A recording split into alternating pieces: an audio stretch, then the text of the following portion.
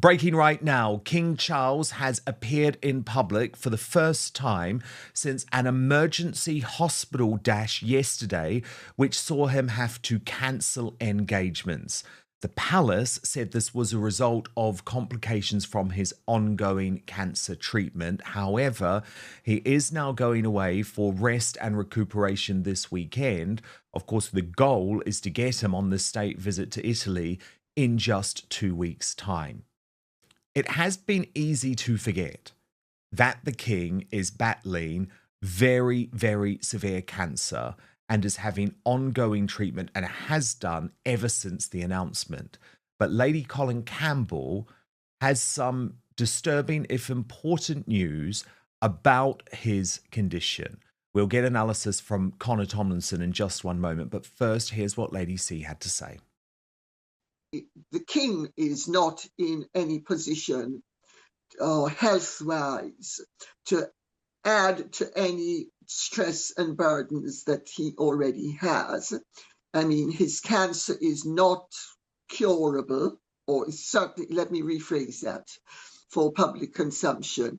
It is not yet cured, and there is no great prognosis that it will ever be cured. So he is having to live with treatment. And one of the things with cancer is you are not supposed to have any excessive stress. And longtime BBC royal correspondent Jenny Bond appeared on GB News today, suggesting, and again, this is dark, but it seems to be a reality, that Prince William is preparing to take the throne. Lady Colin Campbell has just revealed something that no one saw coming. She claims the king's cancer is not curable. Let that sink in for a moment. Now, we all knew that King Charles had been battling cancer for months, but up until now, the narrative has been that he was undergoing treatment and fighting to recover. But according to Lady C, that may not be the case at all. She's saying that the prognosis isn't looking good and that Charles is essentially preparing for a life with ongoing treatment, not a cure. This changes everything. I really do feel for William. I mean, everyone gets worried about their dad when they're ill.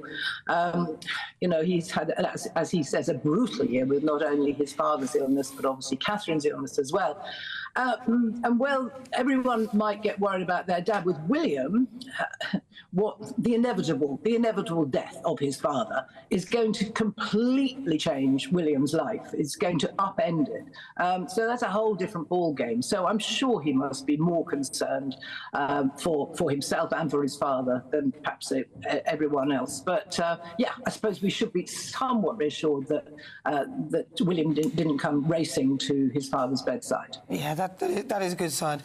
And Connor Tomlinson, look, I think whatever you think of the king politically, and we will go there in just a moment, one of the things that has been absolutely incredible about his reign is the fact that a large portion of it has been conducted with him battling very, very severe cancer, incurable cancer, according to Lady Colin Campbell, that he will have to receive treatment for on an ongoing basis. And really, because the guy is so stoic and is so broadly healthy, we haven't really seen too many negative effects of that, because he wants to lead a full reign. You know, he doesn't want to have to cancel engagements.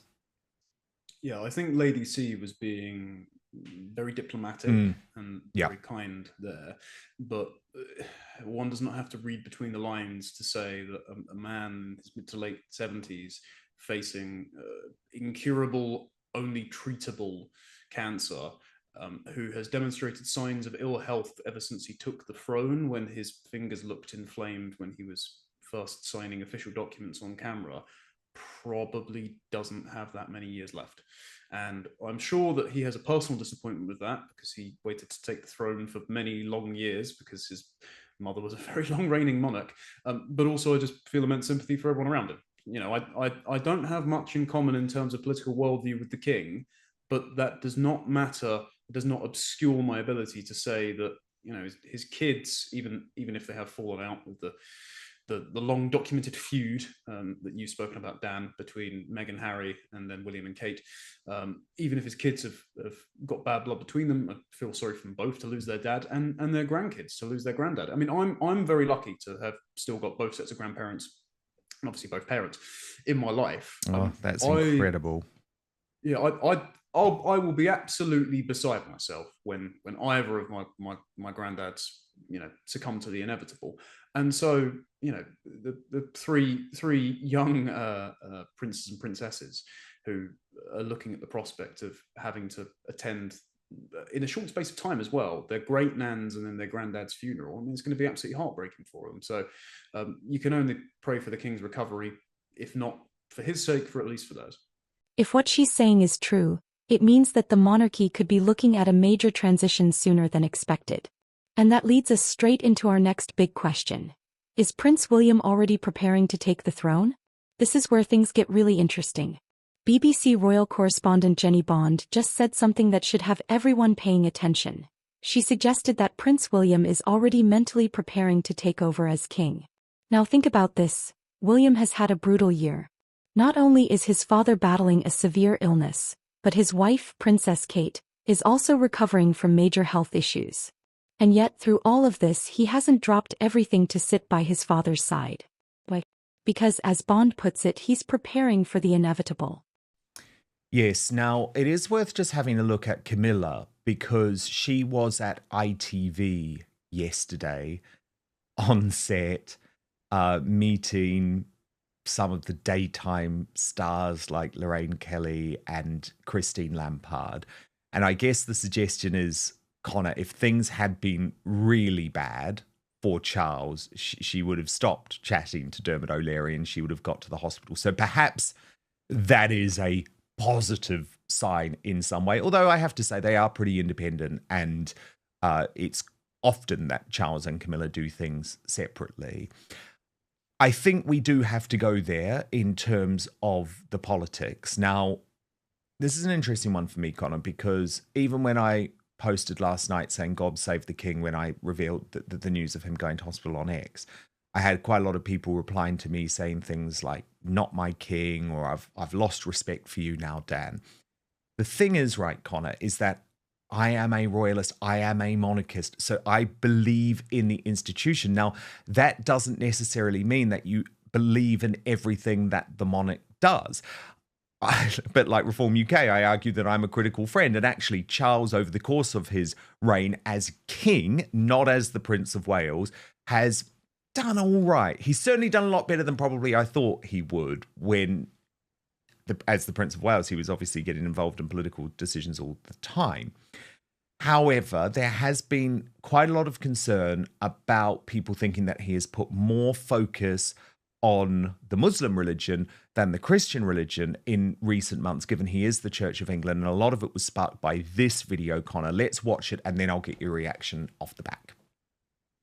Muslims across the United Kingdom and the Commonwealth observe the beginning of the holiest of months in the Islamic calendar, the month of Ramadan.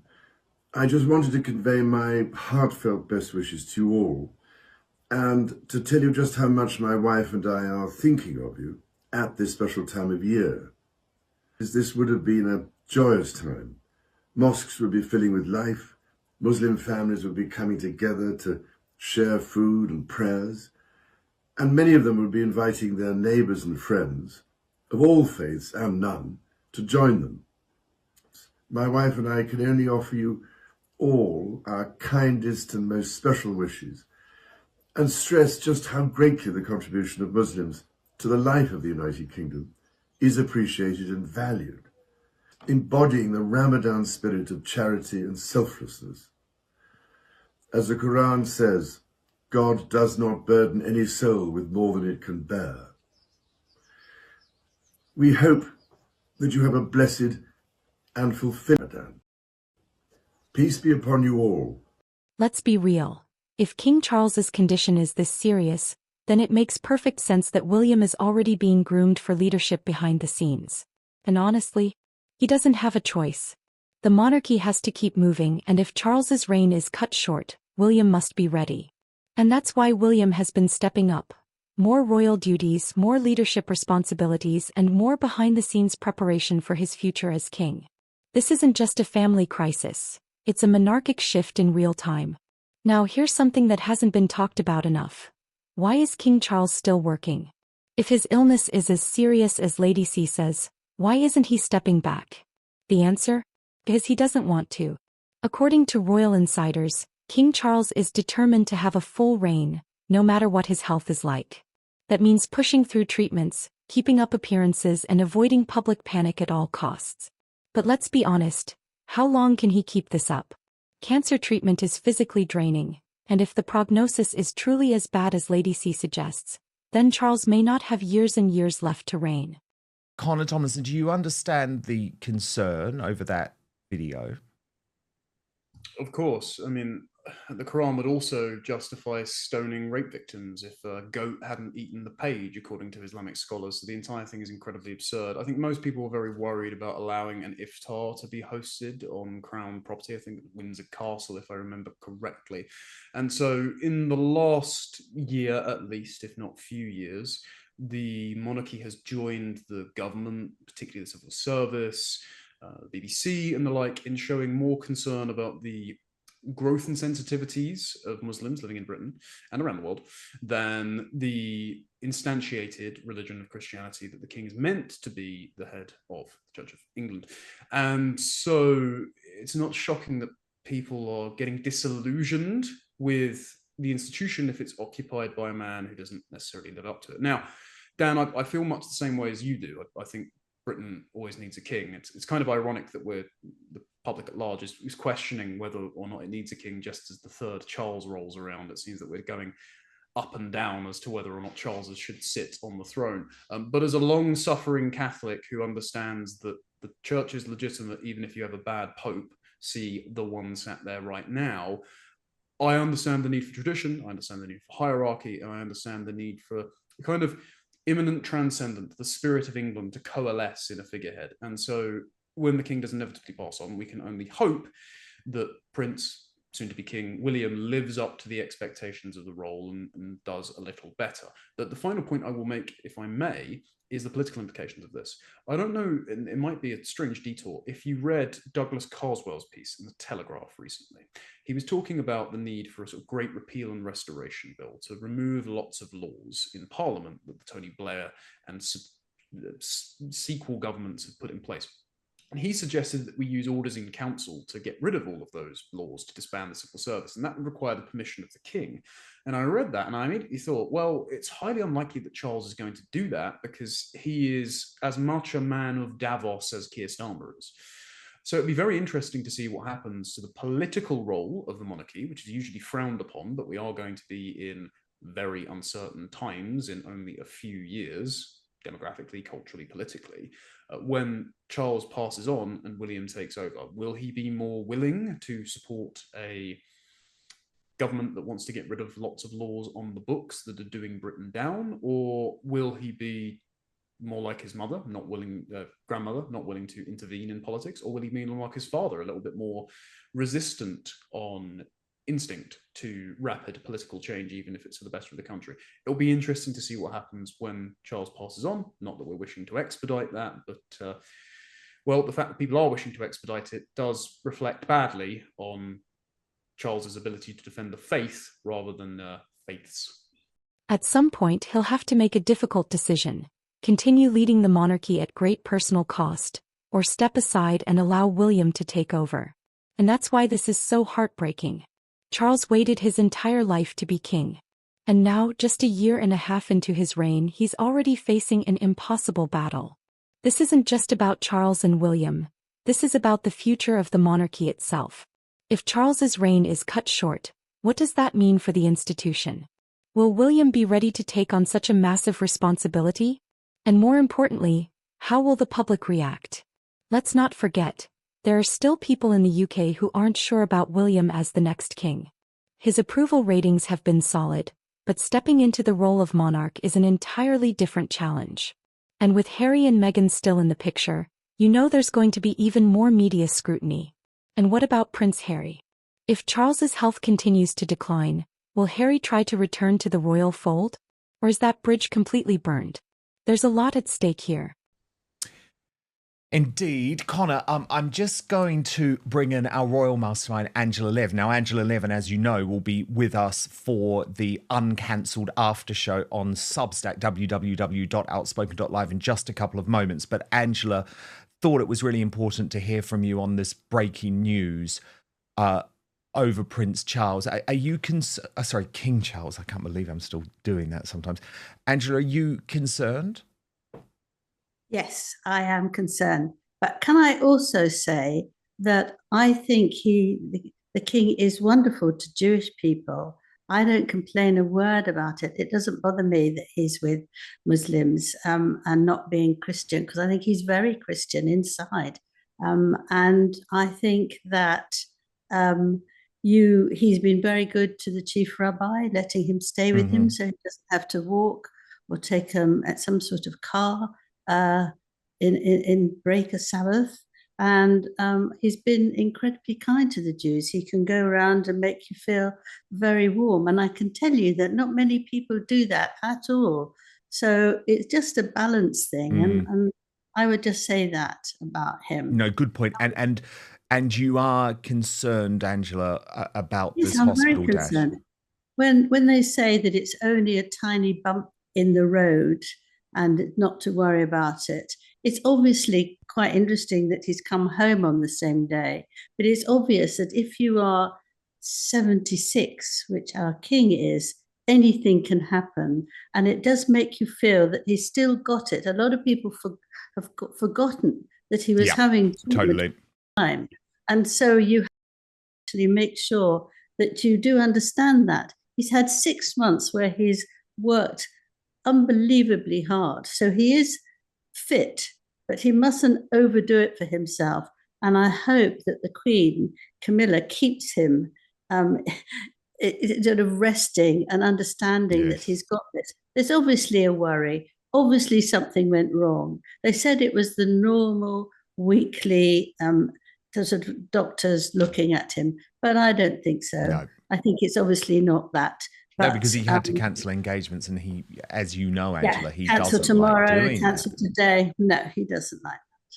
And he's off to rest now. Okay, well, look, really good to bring you in, but don't worry, much more of Angela Levin over on Substack, www.outspoken.live, in just a couple of minutes. Connor Tomlinson, my friend, who is, of course, the co-host of the Deprogrammed podcast on the New Culture Forum and a contributor to Courage Media. So great to have you, Connor, and we will speak.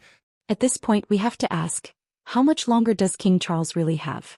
And if William is stepping up sooner than expected, is the royal family truly prepared for what's next? One thing is clear, change is coming.